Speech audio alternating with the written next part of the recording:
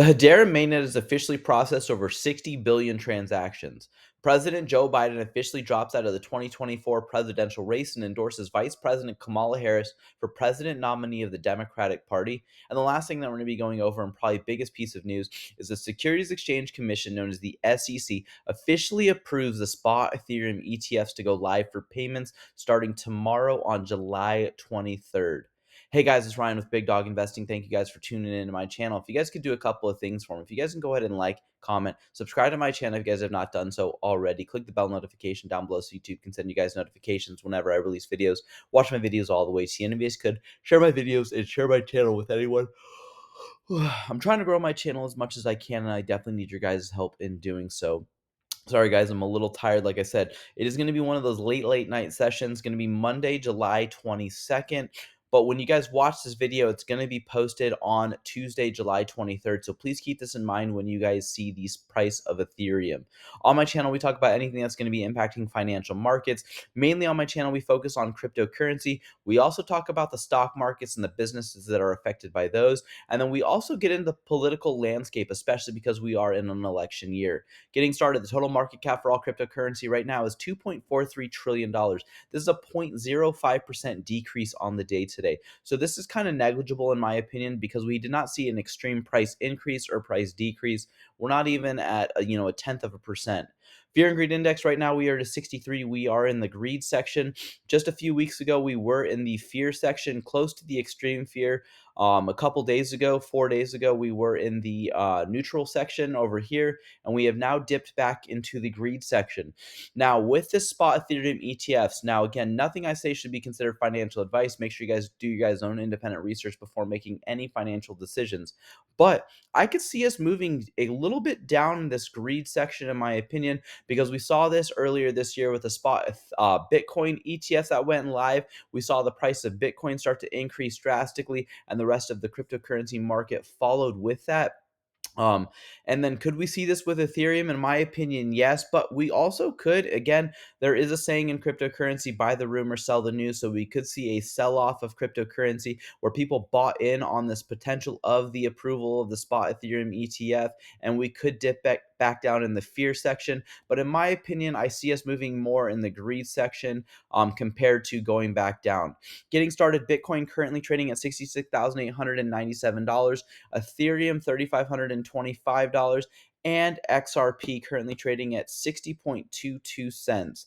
Now, we are seeing a price increase on Ethereum on the day today. On the 7 day, Ethereum hasn't had much of a price movement compared to Bitcoin, 6% compared to 4%. XRP at 11.04, but Solana had the biggest. We were seeing a new meme coin starting to go up in price, and in my opinion, that's the only reason why Solana is going up. Getting started with the biggest gainers and losers on the day today, we see ENS going to be our biggest gainer, currently up 13.1%. We have STRK currently up 6.8%, and then we have ETC currently up 5.2. We're seeing a lot of meme coins down. Bonk, Popcat just came up 8.2% negative, Bonk 7.6. We got Whiff down 5.8%. Engine ING currently down 5.7%. Mainly, we're seeing a lot of these meme coins again. These crazes are going up and down. Obviously, I'm not getting into any of these right now. I probably wouldn't get into any to begin with, but people are buying them and they're making money off of them. But a lot of people are losing a lot of money. Getting started though, everything's I talk about in my video is going to be down in the comments below. You guys should go ahead and watch the video of Trump at the RNC, whether you agree or disagree with him being the president nominee for the Republican Party. You guys should listen to what he has to say. He does give his take on what happened with the assassination attempt against his life, and he does recount that and says he's never going to speak about that again, mainly due to the pain and the trauma that he experienced. And you guys can watch his unedited, unfiltered, raw emotion when he talks about that, and he gives a really good speech in my opinion. Again, this is one of the very few times that this has ever happened in the history of America, is having this attempt on someone's life who is a huge figure, the face of our country. So again, I would highly encourage you guys to go ahead and look at that. And then this is a rare AOC W in my opinion. So the Secret Service director had to go in front of Congress earlier today. I watched the full session. It was a couple of hours.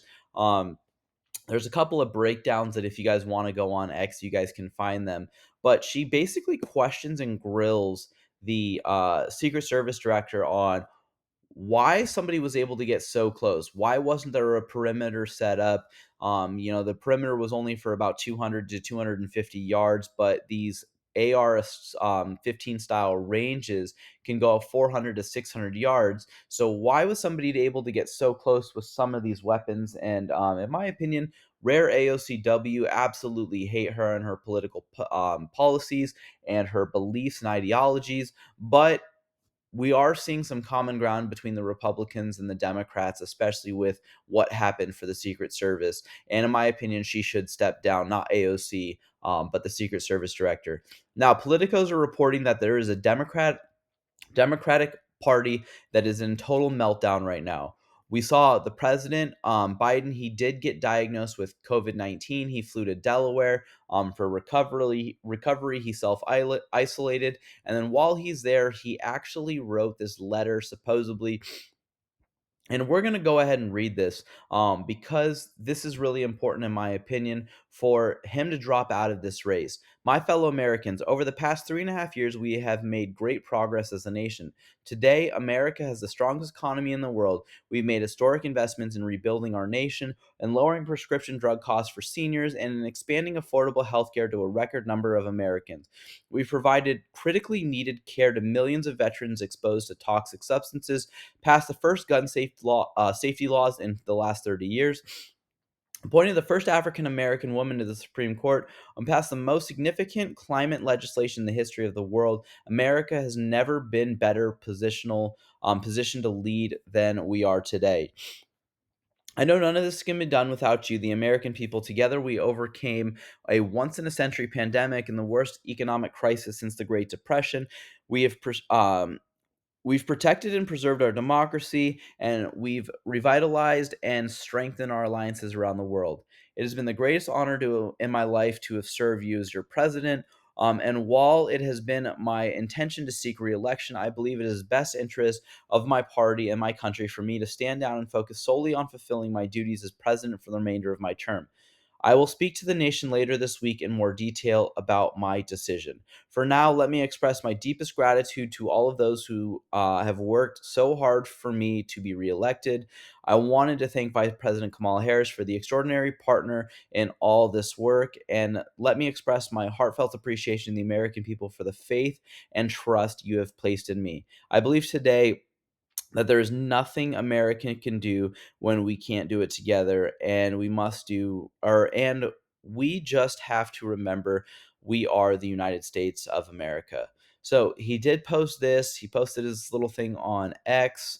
If you see anything else, he hasn't posted anything else. But in his letter, he doesn't talk about it, but in another statement, he does endorse Vice President Kamala Harris to be the nominee. And then she ends up posting on her page, on behalf of the American people, I thank Joe Biden for extraordinary leadership as the President of the United States for his decades of service to our country. I am honored to have the President's endorsement, and my intention is to earn and win this nomination. And that was on the 21st.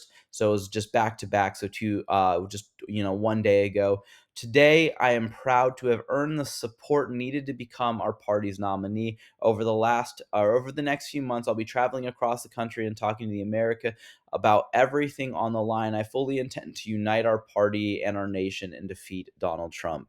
So, whether you agree or disagree, in my opinion, I don't understand how they're not having a Democratic primary. We saw RFK go from the Democratic Party to an independent, especially because he wanted to have a Democratic primary, and the Democratic Party did not want to have one because they put all of their trust and faith in President Joe Biden, and he has now since dropped out after his disastrous debate against former President Trump, and he basically just endorsed Kamala Harris, so she gets her just glide in. Obviously, this is a slap in the face, in my opinion, to the American people, mainly to the Democrat voters, especially because they don't kind of have a say on who they pick as their delegate for the president elect in 2024. It's kind of just basically shoved in their face, and it's going to be Kamala Harris.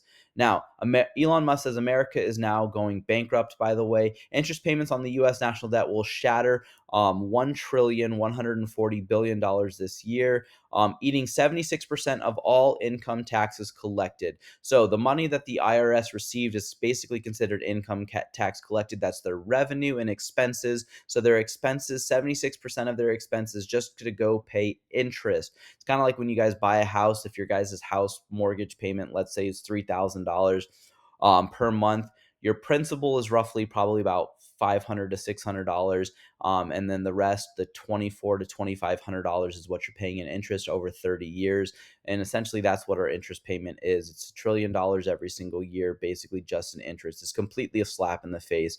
Obviously, our members in Congress completely destroyed um, our debt, and we as American citizens are going to have to figure out how to pay that back. Senator Bob Menendez, so he's a Democrat in New Jersey, will resign after being found guilty on federal corruption charges, where he was used for bribes and money laundering and everything else in between.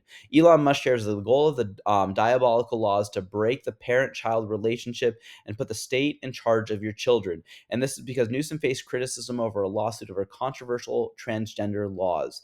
If you guys want to read more about that, again, it's going to be down in the comments. But this has caused Elon Musk to move his headquarters of X to Austin, Texas. And he says this is the final straw because of this law and many others that preceded it, attacking both families and companies. SpaceX will now move its headquarters from Hawthorne, California to Starbase, Texas. Again, and X HQ will move to Austin. So SpaceX and X are both moving out of California.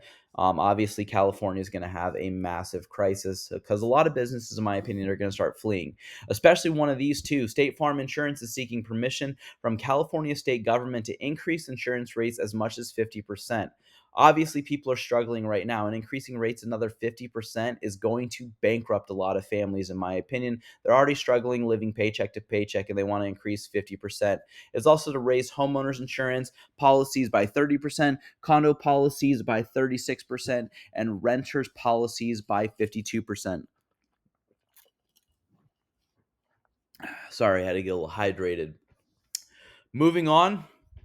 Um, Just today, Microsoft announced that they're slashing their entire DEI program, diversity, equity, and inclusion program. Now, John Deere says that they're getting involved in the woke propaganda activities. Great seeing them listening. The tide is turning, the culture war is shifting, and our favorite people are sick of this nonsense. So, based on ongoing conversations, we have committed to the following. We will no longer participate in or support external social or cultural awareness parades, festivals, or events. That's just one of the things. Again, if you want to read down all of this list, a lot of these businesses lost a lot of support between their customers, and they've lost a lot of money. So now they're all swapping back. Whether you agree or disagree, I'm just kind of bringing this up to light for for a lot of you guys, especially if you guys are in the stock market. Brad Garlinghouse, so he is the CEO over at Ripple. Now, Fortune magazine, one of the biggest magazines out there, one of the biggest news media outlets, in my opinion, says Ripple CEO Brad Garlinghouse tells Brainstorm Tech that he's shocked that crypto has become a partisan issue. Why would we have a Republican versus Democrat dynamic around innovation? And he's talking about the innovation of technology in the United States. Cryptocurrency is being destroyed by our Congress right now. You have the left who absolutely hates it. So the Democrats who hate cryptocurrency says it's used by frauds, money laundering, a bunch of other stuff. And then also the Republicans are for cryptocurrency in a sense. They're against the central bank digital currencies known as CBDCs, but they say that this can actually revolutionize the payment systems here in the United States and put us at the leading edge in tech as a nation compared to the rest of the world. Brad Garlinghouse shares essentially only in the US this is even an issue. Elsewhere, folks in the public and private sectors start out by talking about how profound these technologies are and how they can improve existing systems. Let's strive for that as we have seen in many countries instead of partisan BS. So obviously this is great for him to come out and Fortune magazine to kind of see this. Bloomberg Crypto says a little known cryptocurrency project that is the center of a key legal fight is leading the latest rally in digital assets amid speculation that the company behind it may soon reach a settlement. And that is, the company is Ripple. The cryptocurrency that Ripple uses is the XRP token on the XRPL, or the XRP ledger, and that's what it stands for. So if you guys want to read more about that, again, click this link right here and it'll bring you up to the news article.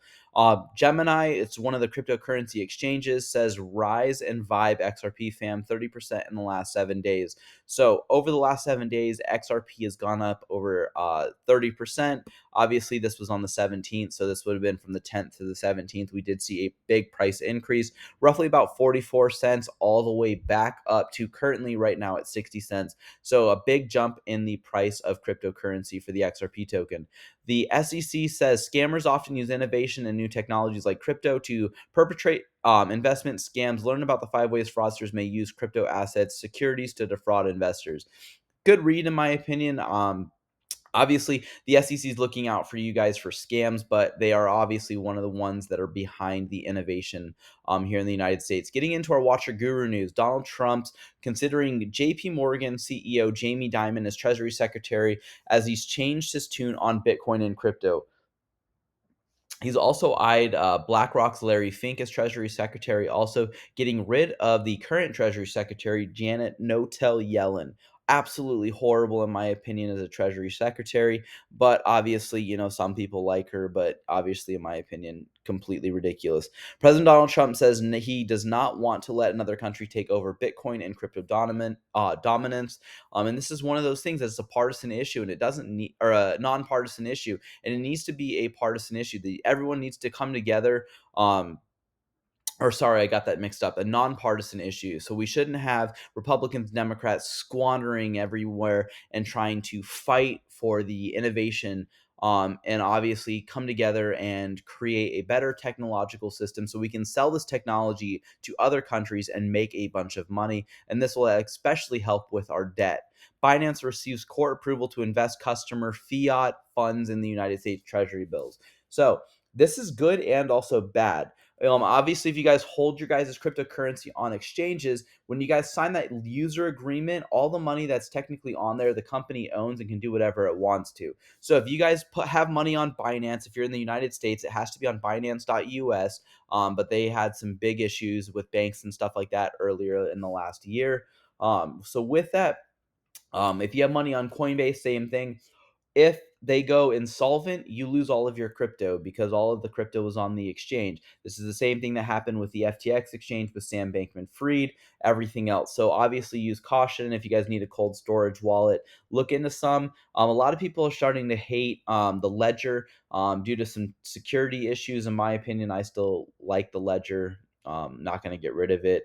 There's a couple others that you guys can get into. We talked about BlackRock CEO Larry Fink as Treasury Secretary as another consideration.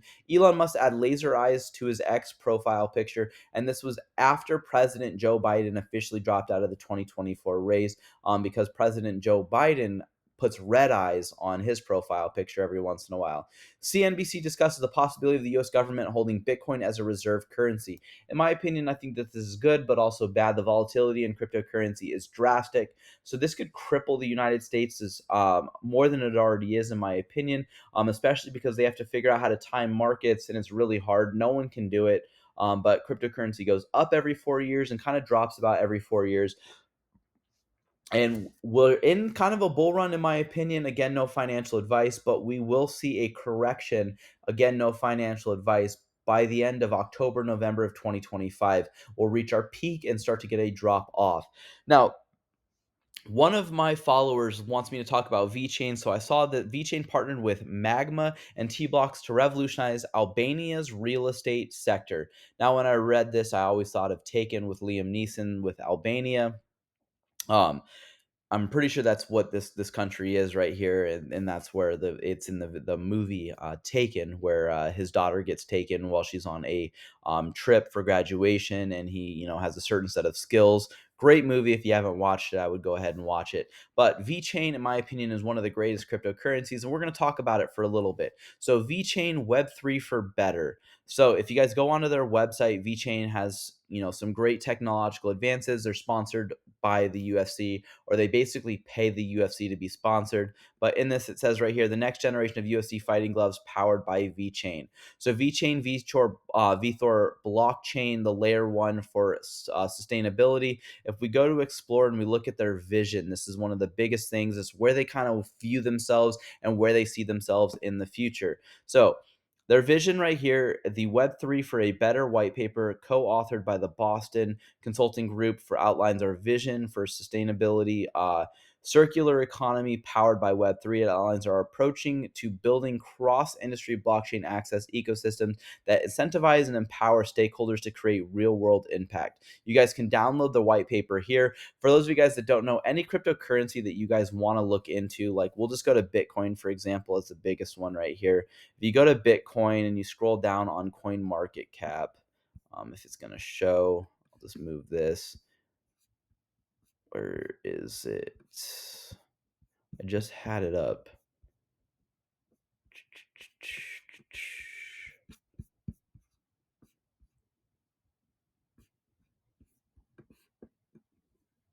Where's their white paper? I'll just go to VeChain. Sorry, guys, taking a little bit. VeChain.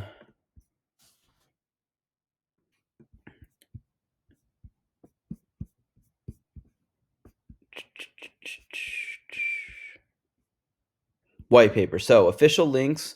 I probably just missed this on Bitcoin, but it has their white paper right here. When you click it, it'll take you to their website where you can download their white paper. So that's the official website. Again, like the same thing we just looked at. But all cryptocurrencies will end up having this white paper. If you don't see a cryptocurrency that has a white paper, I would be very skeptical of it. Oh yeah, so I did miss it. Bitcoin's white paper is right here. So if you guys want to look at it, you guys can find any cryptocurrency you guys want to. And with this, their white paper is kind of what their cryptocurrency is about, why they do what they do, and what the coin kind of essentially does, what their vision is, and where their future is. So I would highly encourage you guys to look at that. But VeChain, in a sense, is a token that is used to solve the supply chain crisis. And we have this huge thing with COVID, issues with the supply chain. And if this cryptocurrency can solve that, in my opinion, it is a great cryptocurrency. Sorry, it's going to be a longer video. I was hoping it would be or it ended sooner, especially because I'm kind of tired again because it's a late session. Since 2015, VeChain's mission has been to upgrade the world with blockchain. Since then, we've built hundreds of enterprises, DApps across businesses and industries. With Web3 for better, we're laying the foundations to advance a 26 trillion sustainability and 16 trillion tokenization market opportunity, creating meaningful change and shaping a new global economy. In my opinion, I think VeChain is really good. They have two different cryptocurrencies, VeChain and VeThor. VeChain is what's used for the processing, and then VeThor is used for the actual payments itself. You used to be able to stake the VeChain tokens and get VeThor tokens, or if you just basically held the VeChain token, they gave you free money in VeThor tokens. And let's say if VET was worth like 3 cents, your VeThor was the dollar amount 0 point, so it's not even a cent, 0.001 or 0.023, and you would just get a bunch of VeThor tokens, and eventually if you held it long enough you'd have like a buck. Obviously the longer you hold it, the more VeThor tokens you used to get. They since got rid of that for a little bit. I was holding it on Binance for a little bit before they had all that stuff, and I swapped to a cold storage wallet. HBAR, we're getting into this. I'm going to talk a little bit faster, essentially because we are getting up and we want to talk about the spot Ethereum ETFs. So HBAR Foundation lending and borrowing has landed on Hedera Network for DeFi Spring. This means that users can now lend their crypto assets or borrow against them using platforms Bonzo Finance, Serio Finance, and H Liquidity. Obviously, big, huge supporter of Hedera. Love the token HBAR. I think it can go well. Again, no financial advice. DBS, so DBS Banks will conclude its tenure on the Hedera Council. We extend our appreciation for the contributions over the past 3 years. So Hedera has a governing council, a big group of members, like a circle, like the round table, kind of like King Arthur. And all these companies can get on to the Hedera Governing Council. They have to essentially pay to get in, and then they have a 3-year membership, and then they get out of their membership. You can renew your membership twice. So you can go in for your 3 years, you can renew, so you can essentially hold for 6 years. You have to get off for at least 3 years before you gain back in to the governing council. So this stops a company or a business or any person that's on the Hedera Governing Council for gaining too much influence on the council in and of itself. So, in my opinion, I think that's great. Hedera is going to be partnering with Chainlink and Amazon. Great news for both cryptocurrencies, HBAR and Chainlink, like both. And obviously, Amazon's really big. HBAR just hit 60 billion real transactions processed. So this is a screenshot thanks to Mason versus Sleuth, Crypto Mason. 60 billion transactions on their Hedera mainnet. Now, Coinbase says ETH ETFs have arrived. Today, the SEC approved the 9 spot Ethereum ETF applications. This much celebrated arrival marks another important milestone for crypto and expanding access to and diversifying our crypto economy. Sorry, here's why. For investors, spot Ethereum ETFs provide access to differential crypto assets with unique return characteristics. The Ethereum ecosystem is both robust with 15 million monthly active addresses and expanding rapidly with a 300% growth in smart contract deployment in 2023. By increasing the using of Ethereum, the spot Ethereum ETF investors will help advance the Ether utility and contribute to the development of the overall crypto ecosystem. Spot ETFs will help catalyze further growth and innovation, expand the size and breadth of crypto markets. Coinbase is proud to have trusted partnership with the custodial powering 10 of the 11 spot Bitcoin ETFs and 8 of the 9 newly approved Ethereum ETFs.